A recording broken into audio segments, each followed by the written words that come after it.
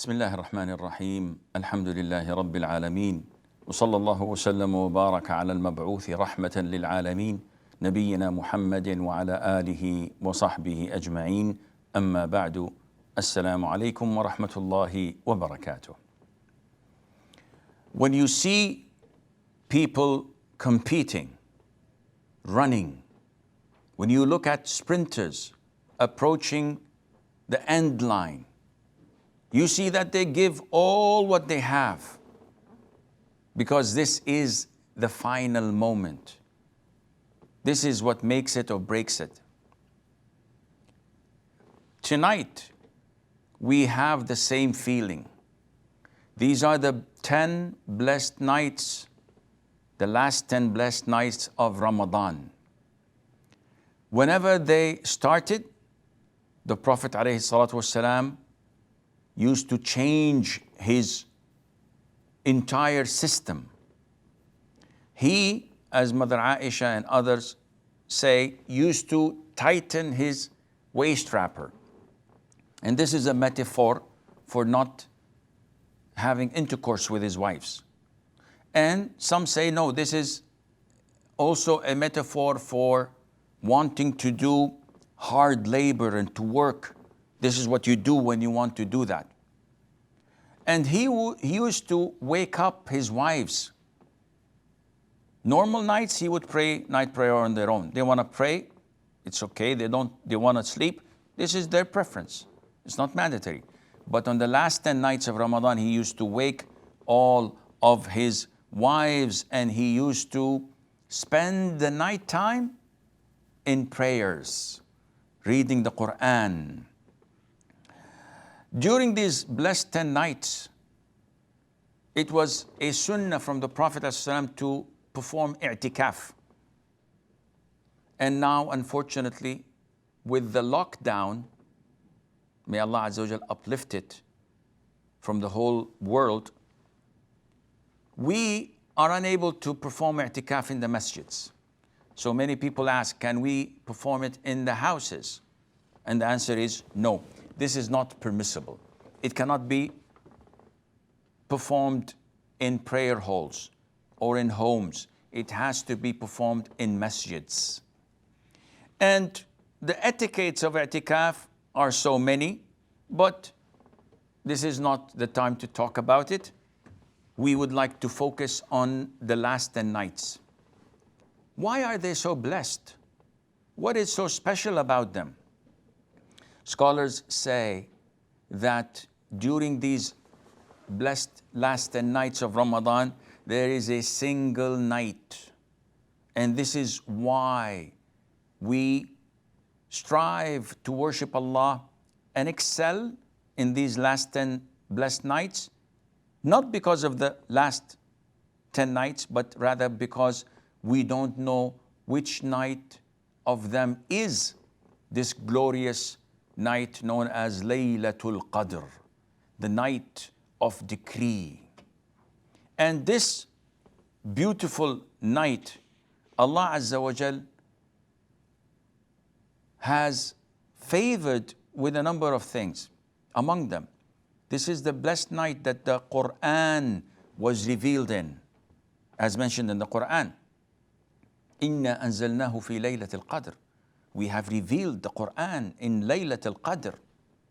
And Ibn Abbas says, may Allah be pleased with him and with his father, that the Quran came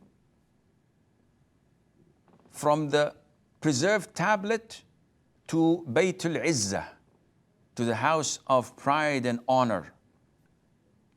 And then from there, it came over the different occasions over the period of 23 years. This blessed night, the angels descend in a lot of numbers due to its barakah, due to its blessing. As we know, the angels descend whenever there is dhikr, whenever there's recitation of the Quran. This is a blessed, safe night where the devils can't do evil and can't harm people as they used to in other nights. In this blessed night, there is less torment and punishment and a lot of reward and safety because of what individuals offer to get closer to Allah and to seek His forgiveness. In this blessed night, Allah Azza wa Jal divides the provisions for His creation for a whole year. So everything is divided, coming down from the preserved tablet to the angels so that it would be given to the people. Among the blessings of this blessed night is what the Prophet told us, alayhi salatu wassalam. He said, here comes a month, the month of Ramadan, which Allah has obliged upon you to fast. In it, the gates of the heavens are open, the gates of hell are closed, and the masters of the jinn and the devils are chained. In this month, there is a night better than 1,000 months. Whoever is deprived from its goodness, he is deprived from anything that is good. So this night, you should look for. The Prophet said, alayhi wasallam, whoever prays the night of Qadr, believing in it and anticipating the reward from Allah Azza wa Jal, Allah would forgive all of his sins. Subhanallah. So why was this night hidden? Well, this night was hidden so that people would do their level best in seeking it and trying to find out which night it is.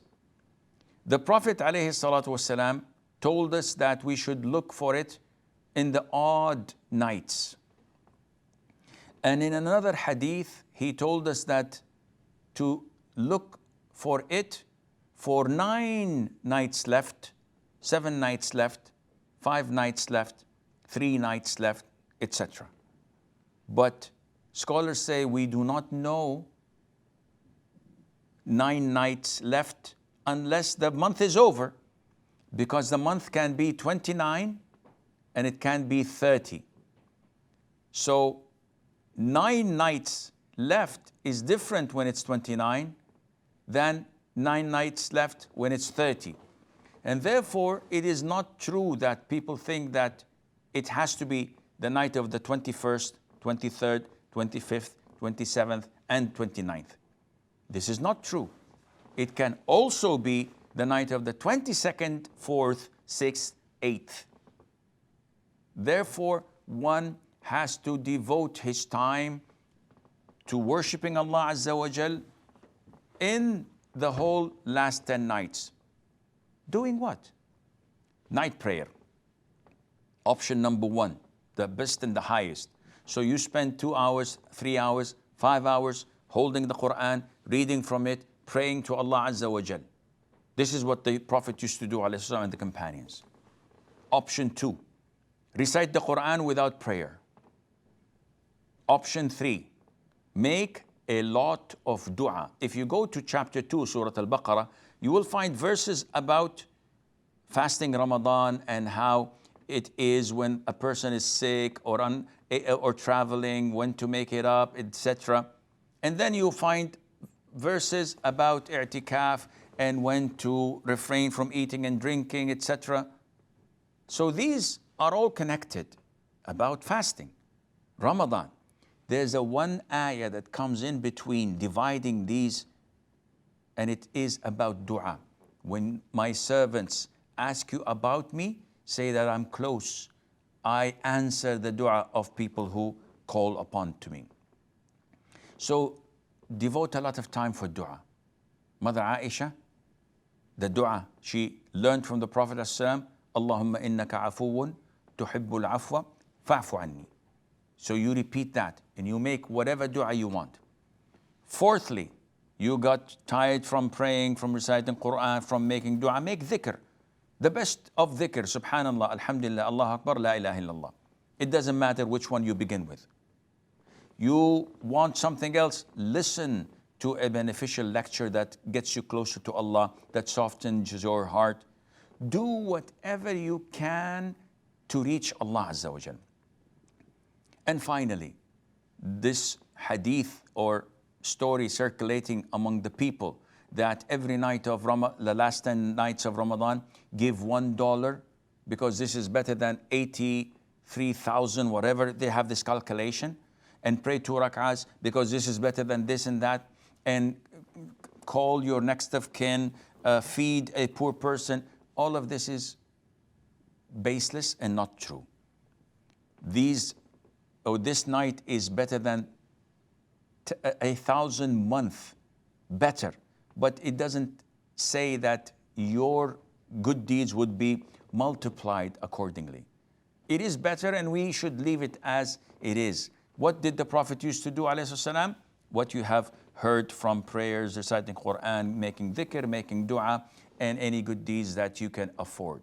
I pray to Allah Azza wa Jal that He makes me and you among those who win, because whoever is deprived from its goodness, he is by Allah deprived from all types of good. هذا والله أعلم وصلى الله وسلم وبارك على نبينا محمد وعلى آله وصحبه أجمعين.